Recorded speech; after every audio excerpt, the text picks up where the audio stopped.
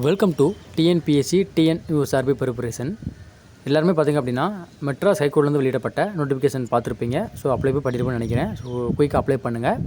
ஏன்னா பார்த்திங்கன்னா வந்து எக்ஸாமினர், ரீடர், அடுத்து பார்த்திங்கன்னா சீனியர் பெய்லீஃப், ஜூனியர் பெய்லீஃப் இந்த மாதிரி பதவிகளுக்கு நோட்டிஃபிகேஷன் வெளியிட்டிருந்தாங்க. கிட்டத்தட்ட 2000க்கும் மேற்பட்ட காலி பணியிடங்கள் அறிவிச்சிருந்தாங்க. ஸோ இது ஒரு ஈஸியான எக்ஸாம் தான். ஓகேவா? நீங்கள் கொஸ்டின் பார்க்கும்போது தெரிஞ்சிருக்கும். ஆல்ரெடி பார்த்திங்கன்னா ஒரு பகுதி போட்டிருப்பேன். ஸோ அந்த வீடியோ நிறைய பேர் பார்த்துருந்தீங்க, அதில் கமெண்ட் பண்ணியிருந்தீங்க தொடர்ந்து போடுங்கன்னு சொல்லிட்டு. அதனுடைய தொடர்ச்சியான 2வது பகுதி தான் பார்த்திங்கன்னா இந்த வீடியோவில் பார்க்க போகிறோம். ஓகேவா? ஸோ 75 கொஸ்டின் வரைக்கும் பார்த்துருந்தோம். இந்த பகுதியில் பார்த்திங்கன்னா 76 கொஸ்டின்லேருந்து பார்க்கணும். ஸோ நீங்கள் இப்போ தான் நம்ம சேனலில் புதுசாக பார்க்குறீங்க அப்படின்னா நம்ம சேனலை மறக்காமல் சப்ஸ்கிரைப் பண்ணிக்கோங்க. இந்த வீடியோ ஒரு லைக் போட்டு போயிருங்க. ஃப்ரீயாக நோட்ஸ் வேணும் அப்படின்னா நம்மளுடைய டெலிகிராம் பக்கத்தில் ஜாயின் பண்ணிக்கோங்க. லிங்க் பார்த்திங்க அப்படின்னா இந்த வீடியோக்கு கீழே டிஸ்கிரிப்ஷனில் இருக்குது, யூஸ் பண்ணி ஜாயின் பண்ணிக்கோங்க. 76வது கேள்வி பார்க்கலாமா? ஸோ மேக்ஸிமம் பார்த்திங்க அப்படின்னா கொஸ்டின் பொறுத்த வரைக்கும் ரொம்ப ஈஸியாக தான் இருக்கும். நீங்கள் குரூப் 4க்கு படிக்கிறீங்க அப்படின்னா ஈஸியாக இந்த எக்ஸாம் கிளியர் பண்ணிடலாம். ஆனால் போட்டி கடுமையாக இருக்கும். ஓகேவா? ஏன்னா உங்களுக்கு பார்த்தீங்கன்னா கவர்மெண்ட் எக்ஸாம் இப்போதைக்கு பார்த்தீங்கன்னா குரூப் 4 மட்டும் தான் இருக்குது. ஸோ அதுக்கு ஊடையில் இந்த எக்ஸாம் தான் போட்டிருக்காங்க. ஓகேவா? அதாவது ஒரு ஹியூஜ் வேகன்சியில் பார்த்திங்க அப்படின்னா இந்த எக்ஸாம் மட்டும் தான் போட்டிருக்காங்க. அதனால் பார்த்திங்க அப்படின்னா நிறைய பேர் அப்ளை பண்ணுவாங்க. போட்டியும் அதிகமாக இருக்கும். ஓகேவா? ஆனால் வேலை பார்த்திங்க அப்படின்னா கொஞ்சம் வந்து ஒரு மாதிரி வேலை தான். ஓகேவா? இப்போ நான் ஓப்பனாக சொல்லிடுறேன். ஸோ அதாவது பார்த்திங்கன்னா வாட்ச்மேன் வேலைலாம் கொஞ்சம் கஷ்டமாக தான் இருக்கும். அடுத்து பார்த்திங்கன்னா மசால்ஜி, அடுத்து பார்த்திங்கன்னா ஸ்விப்பர், இந்த மாதிரி வேலைகள் கஷ்டமாக தான் இருக்கும். ஆனால் கவர்மெண்ட் வேலை தான். ஓகேவா? உங்களுக்கு பார்த்திங்க அப்படின்னா கோர்ட்னா உங்களுக்கு லீவ் கொடுத்துருவாங்க. இப்போ பார்த்திங்கன்னா இப்போ ரீசெண்டாக பார்த்திங்கன்னா பேப்பரில் போட்டிருந்தாங்க. கோர்ட்டுக்கு பார்த்திங்க அப்படின்னா மே 2ஆம் தேதியிலேருந்து ஜூன் எத்தனாம் தேதி வரைக்கும் பார்த்திங்க அப்படின்னா கோடைக்கால விடுமுறை விட்டுருன்னு சொல்லியிருந்தாங்க. இந்த லீவும் பார்த்திங்கன்னா உங்களுக்கும் பொருந்தும். ஓகேவா? ஸோ அதனால் நீங்கள் வந்து வேலை நல்ல வேலை, ஆனால் கொஞ்சம் கஷ்டப்பட்டு படிக்கிற மாதிரி இருக்கும். ஓகே? ரொம்ப கஷ்டப்பட்டு படிக்க வேண்டாம். குரூப் 4 லெவலுக்கு படிக்க வேண்டாம். ஓகேவா? நீங்கள் குரூப் 4க்கு படிச்சுக்கிட்டீங்க அப்படின்னா அந்த எக்ஸாம் ஈஸியாக நீங்கள் கிளியர் பண்ணுவீங்க நிறைய பேர். ஓகேவா? ஸோ வாங்க நம்ம மாடல் கொஸ்டினை பார்த்துடலாம். 76வது கேள்வி பார்க்கணும். சர்வதேச நீதிமன்றம் டேஸில் அமைந்துள்ளது. உங்களுக்கு இங்கிலீஷ்லையும் வாசிக்கிறேன், தமிழ்லையும் வாசிக்கிறேன். ஓகேவா? The International Court of Justice was set of at எங்கே இருக்குன்னு கேட்குறாங்க. எங்கே இருக்குது? தி ஹெக்குன்னு சொல்லுவாங்க. எல்லோரும் படிச்சிருப்பீங்க, மேக்ஸிமம் தெரிஞ்சிருக்கும். ஈஸியான கொஸ்டின் தான்.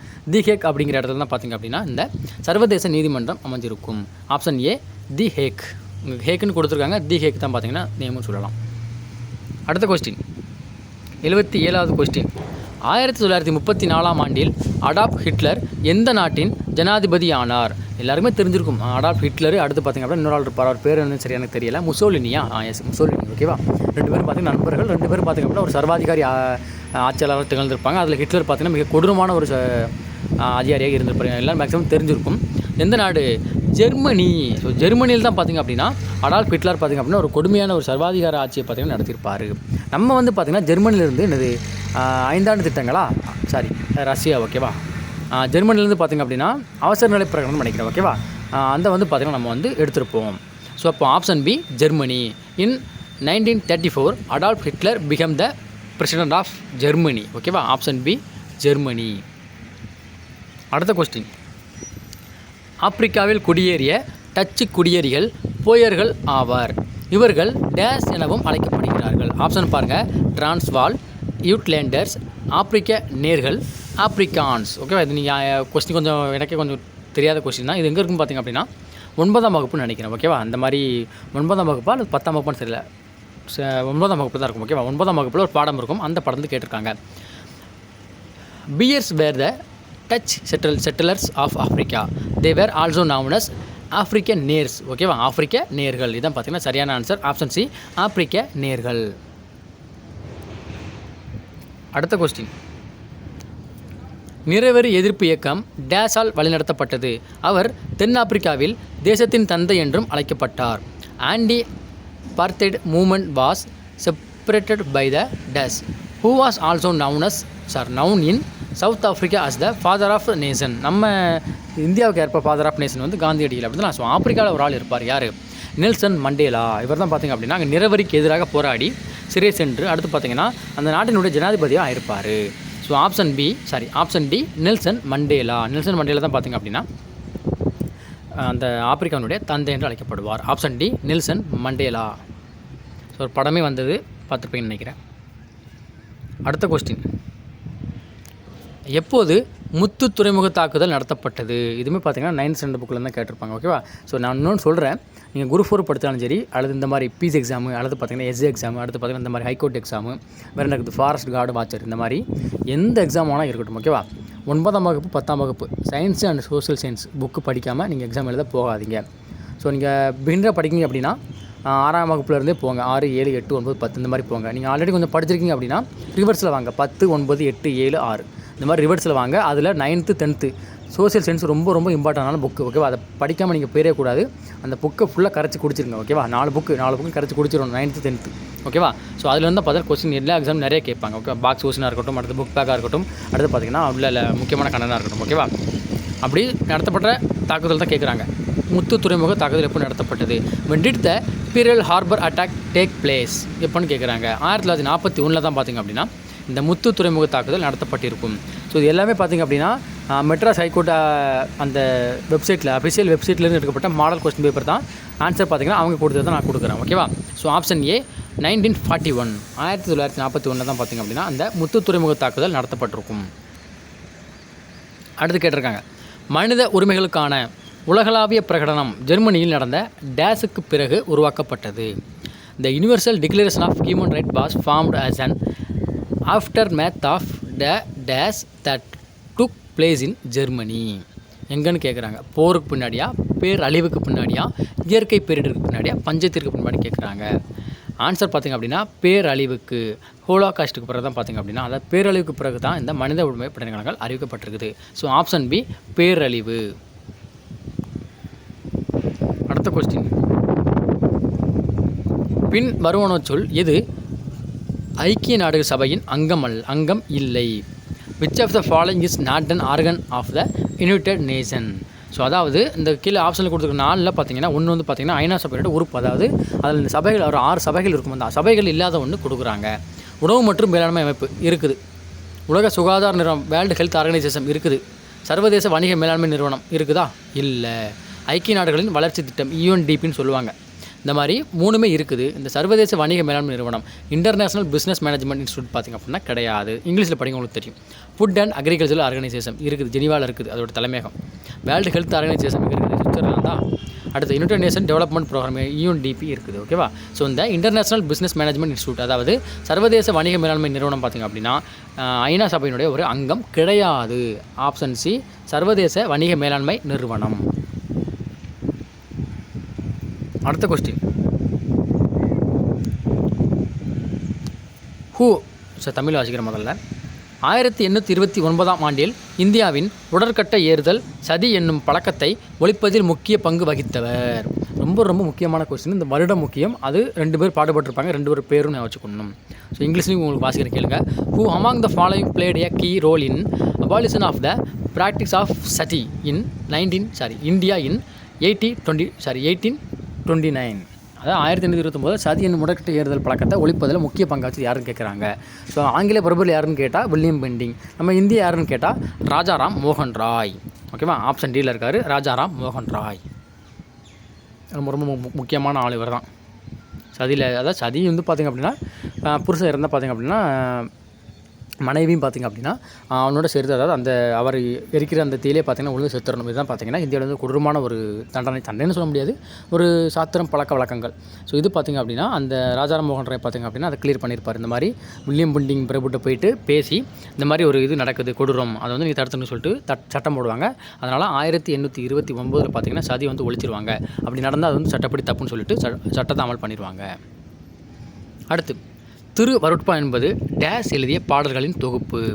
Thiruvarutpa is collection of songs written by dash. யாரால் எழுதப்பட்டதுன்னு கேட்குறாங்க. ஆப்ஷன் பாருங்கள், ராமலிங்க அடிகள், அயோத்திதாசர், மாணிக்கவாசகர், திருஞான சம்பந்தர். ரொம்ப ஈஸி. வள்ளலார் அப்படி தானே. ஸோ வள்ளலார் இயற்பேர் என்னது? ராமலிங்க அடிகளார். ஆப்ஷன் ஏ ராமலிங்க அடிகள். ஸோ இந்த மாதிரி தான் இது பூராமே பார்த்திங்கன்னா எங்கே இருக்கும்?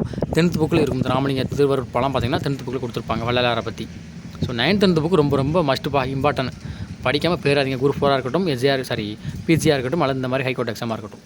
அடுத்து, வேலுநாச்சியாரின் உண்மையுள்ள நண்பரான குயிலி தலைமையிலான பெண்களின் படைப்பிரிவு டேஸ் என அழைக்கப்பட்டது. இதுவுமே பாருங்கள் 10ஆம் வகுப்பில் தமிழகத்தில் தொடக்ககால புரட்சியில் பாக்ஸ் கொஸ்டின் கொடுத்துருப்பாங்க. அந்த கொஸ்டின் தான் அது. ஆங்கிலத்தில் வாசிக்கிறேன் கேளுங்க. The unit of women soldiers led by Kuyili a faithful friend of Velunachiyar was called. So அதாவது நண்பர் பேர் வந்து குயிலி, அப்படி தானே. ஸோ அந்த குயிலி வந்து பார்த்திங்கன்னா அந்த படைப்பிரிவு தலைவர் யாருன்னு கேட்குறாங்க, ஓகேவா? படைப்பிரிவுக்காரனா படை, பாளையம், உடையாள், மேற்கூறி எதுவும் இல்லை. ஸோ ஆப்ஷன் யார்? உடையாள். உடையாள் தான் பார்த்திங்க அப்படின்னா அவருடைய ஃப்ரெண்டு. அந்த குயிலி வந்து பார்த்திங்கன்னா தலைமை தாங்கியிருப்பாங்க. அந்த பெண்கள் படைப்பிரிவுக்கு பேர் என்ன பார்த்தீங்கன்னா உடையாள். உடையாள் தான் யார்? வேலுநாச்சியாருக்கு உண்மையான ஃப்ரெண்டு. ஸோ ஆப்ஷன் சி உடையாள். இது 10ஆம் வகுப்பில் இருக்கும். அடுத்து 86வது கேள்வி. பஞ்சாப் கேசரி என அழைக்கப்பட்டவர் யார்? பஞ்சாப் சிங்கம் நம்ம படிச்சிருப்பீங்க அப்படின்னா, பஞ்சாப் சிங்கம், பஞ்சாப் கேசரி எல்லாம் ஓகேவா? ஸோ பஞ்சாப் சிங்கம் என்று அழைக்கப்படுவது யார்? ஆங்கிலத்தில் வாசிக்கிறேன். Who is known as Punjab Kesari? யார்? லாலா லஜபதி ராய். இவர் தான் பார்த்திங்க அப்படின்னா பஞ்சாப் சிங்கம் என்று அழைக்கப்படுவார். லாலா லஜபதி ராய். Option C Lala Lajpat Rai. பெங்காலி வெங்கையா யார்? இந்தியாவினுடைய தேசிய கொடியை வடிவமைத்தவர். ஆந்திராவை சேர்ந்தவர். பாலகங்கார் திலகர் யார்? நம்ம ஆள், முக்கியமான ஆள். மராட்டிய கேசரியா? அவர் தான் அது. அடுத்து சுதேசி காலத்தில் வ.உ. சிதம்பரனார் சுதேசி கப்பல் நிறுவனத்தை தொடங்கிய இடம். ஸோ 1905 வங்கப்பிரிவினை நடக்குது. அதுக்கடுத்து பார்த்திங்கன்னா இந்தியர்கள்லாம் பண்ணி வங்கப்பிரிவினை தடுக்கிறதுக்கு பார்த்திங்கன்னா சுதேசி இயக்கத்தை ஆரம்பிக்கிறாங்க 1906. ஸோ அப்போ பார்த்திங்கன்னா வ.உ.சி வந்து எங்கள் தமிழ்நாட்டில் நம்ம தூத்துக்குடியில் பார்த்திங்க அப்படின்னா என்னது ஒரு கப்பல் கம்பெனியாக, அதாவது கப்பல் கம்பெனி கிடையாது, ஒரு கப்பலை வந்து விலைக்கு வாங்கி பார்த்திங்கன்னா தூத்துக்குடிக்கும் கொழும்புக்கும், இலங்கைக்கு கொழும்புக்கும் பார்த்திங்கன்னா இடையே கப்பல் போக்குவரத்து வணிகம் செய்ய வந்து பார்த்திங்கன்னா ஆங்கிலேய அந்த ஆதிக்கத்தை எதிர்க்கிறதுக்கு பார்த்திங்க அப்படின்னா இவர் வணிகம் பண்ணுவார். ஸோ தூத்துக்குடியில் பார்த்திங்கன்னா தொடங்கியிருப்பார். டூரிங் சுதேசி பீரியட் சுதேசி ஸ்டீம் நேவிகேஷன் கம்பெனி வா செட்டப் பை வி.ஓ. சிதம்பரனார் அட் எங்கன்னு கேட்குறாங்க. தூத்துக்குடியில் பண்ணியிருப்பார். Option A Thoothukudi. அடுத்து மகாத்மா காந்தியால் கருப்பு சட்டம் என்று அழைக்கப்பட்ட டேஸுக்கு எதிராக நாடு தழுவிய சத்தியாகிரகத்திற்கு அழைப்பு விடுக்கப்பட்டது. Nationwide satyagraha was called for by Mahatma Gandhi against dash which was also called black act. கருப்பு சட்டம். ஏன் கருப்பு சட்டம் அழைக்கிறாரு? ஸோ அது எப்போ கொண்டு வருவாங்க? ரவுலட் சட்டம். எப்போ? 1919 தான். 1919 கொண்டு வருவாங்க ரவுலட் சட்டம். ரவுலட் சட்டம் என்ன தெரிஞ்சுக்கணும் முதல்ல? ரவுலட் சட்டம் ஒன்றும் இல்லை. இப்போ நீங்கள் போயிட்டுருக்கீங்க, இப்போ இல்லை, முன்னாடி ஒரு சுதந்திரம் முன்னாடி நீங்கள் போயிட்டுருக்கீங்க, ரோட்டில் போயிட்டுருக்கீங்க, போலீஸ்காரன் வந்து கைது பண்ணி கூட்டு போயிட்டே இருக்கலாம். எந்த காரணம் சொல்லுது? ஏன் கைது பண்ணணும், எது கைது பண்ணது, எதுவுமே சொல்ல வேண்டாம். ஓகேவா? அதான் பார்த்தீங்கன்னா ரவுலட் சட்டம். அதனால் பார்த்தீங்கன்னா காந்தியடிகளை வந்து பார்த்தீங்கன்னா கருப்பு சட்டம் என்று அழைப்பார். ஸோ ஆப்ஷன் பி ரவுலட் சட்டம் பார்த்தீங்கன்னா சரியான ஆன்சர். சைமன் குழு பின் தேதியிட்ட காசோலைன்னு சொல்லி இப்போ யார் பண்ணியிருப்பா? காந்தியடிகள் பண்ணியிருப்பா. இந்திய அரசு சட்டம் 1919 ரொம்ப முக்கியமான ஒன்று. வேறு என்ன இருக்குது? அடுத்த கொஸ்டின். சி ராஜாஜி அவர்கள் தமிழ்நாட்டில் நடத்திய உப்பு சத்தியாகிரக யாத்திரை டேஸ் முதல் வேதாரண்யம் வரை நடைபெற்றது. எங்கே தொடங்கியிருப்பார்? ஒரு இடத்துல தொடங்கியிருப்பார். அங்கே தொடங்கி எங்கே வரைக்கும் போயிருப்பார்? வேதாரண்யம் வரைக்கும் போயிருப்பார். அங்கே தூண் கூட இருக்கும். ஓகே, ஸ்கூல் புக்கில் போட்டிருப்பாங்க பாருங்கள், படம் போட்டிருப்பாங்க 10th புக்கில். The salt march held in Tamil Nadu by C Rajaji was from dash to Vedaranyam. Tiruchirappalli தொடங்கியிருப்பார். அதாவது திருச்சியில் தொடங்கி வேதாரண்யத்தில் முடிச்சிருப்பார். அதுக்கு தலைமை தாங்கியவர் தான் யார்? Rajaji. So option C Tiruchirappalli. Tiruchirappalli ஒன்று தான், திருச்சியும் ஒன்று தான். ஸோ திருச்சிராப்பள்ளியுடைய மருவு தான் திருச்சி. 90வது கொஸ்டின். யாசர் அரபாத் டேஸ் நாட்டின் ஜனாதிபதியாக இருந்தார். பாகிஸ்தான், சவுதி அரேபியா, ஈரான், பாலஸ்தீனம். ஸோ இந்த பாலஸ்தீனம் அப்படிங்கிறது பார்த்திங்கன்னா ஒரு சிறிய நாடு தான். நாங்கள் பார்த்திங்கன்னா அடிக்கடி போர்கள், கலவரங்கள் இந்த மாதிரி நிறைய நடக்கும். அதனால் பார்த்திங்கன்னா எந்த கொஸ்டின் கேட்டுகிட்டே இருப்பாங்க. ஸோ அந்த வேலை கேட்ட கொஸ்டின் தான் இது. Yasser Arafat was the president of dash. எந்த நாட்டினுடைய அதிபராக செயல்பட்டுறான்னு கேட்குறாங்க. பாலஸ்தீனம். ஆப்ஷன் டி பாலஸ்தீனம் தான் பார்த்திங்கன்னா சரியான ஆன்சர். அடுத்த கொஸ்டின். முதல் தமிழ் நாளிதழ் சுதேசமித்திரன் டேஸ் என்பவரால் தொடங்கப்பட்டது. ஆப்ஷன் பாருங்கள். ஜி சுப்பிரமணிய ஐயர், மு வீர ராகவாச்சாரி, டி முத்துச்சாமி, ஸ்ரீனிவாசனார். இதுவுமே பார்த்திங்க அப்படின்னா 10ஆம் வகுப்பு புக்கில் தான் இருக்கும். யார் ஆன்சரு? இங்கிலீஷில் வாசிக்கிறேன் கேளுங்க. The first Tamil daily Swadesamitran was started by G Subramania Iyer. இவர் தான் பார்த்திங்க அப்படின்னா தொடங்கியிருப்பார். 1878 நினைக்கிறேன். ஓகேவா? தொடங்கிய ஆண்டு. Option A G Subramania Iyer. அடுத்த கொஸ்டின். கீழ்கண்டவர்களில் கொடிக்காத்த குமரன் என்று போற்றப்படுபவர் யார்? V Ramalinganar, OKSR. Kumaraswamy Mudaliar, T Prakasam, K Nageswara Rao. இதை நான் இன்னொன்று அன்றைக்கி ஒரு வீடியோ போடும்போது சொல்லியிருந்தேன். இப்போ உங்களுக்கு ஒரு கொஸ்டின் ஆன்சர் தெரியலை அப்படின்னா ஸோ முதல்ல ஆப்ஷன் நீங்கள் பாருங்கள். ஆப்ஷனில் பார்த்திங்க அப்படின்னா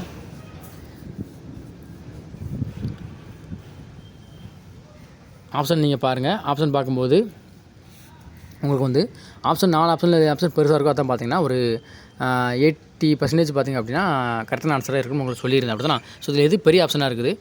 ஓ.கே.எஸ்.ஆர். குமாரசாமி முதலியார். இதான் பார்த்தீங்கன்னா சரியான ஆன்சர் கூட. ஓகேவா? ஸோ இது தெரியும். அது உங்களுக்கு தெரிஞ்சிருக்கா, நீங்கள் ஃபஸ்ட்டு நீங்கள் டிக் பண்ணிடலாம். உங்களுக்கு ஒருவேளை தெரியல, அந்த திருப்பூர் குமரன் என்று அழைக்கப்படக்கூடிய கொடிக்காத்த குமரன் பார்த்தீங்கன்னா உங்களுக்கு பேர் தெரியல அப்படின்னா நான் இது சொல்லியிருந்தேன். ஓகேவா?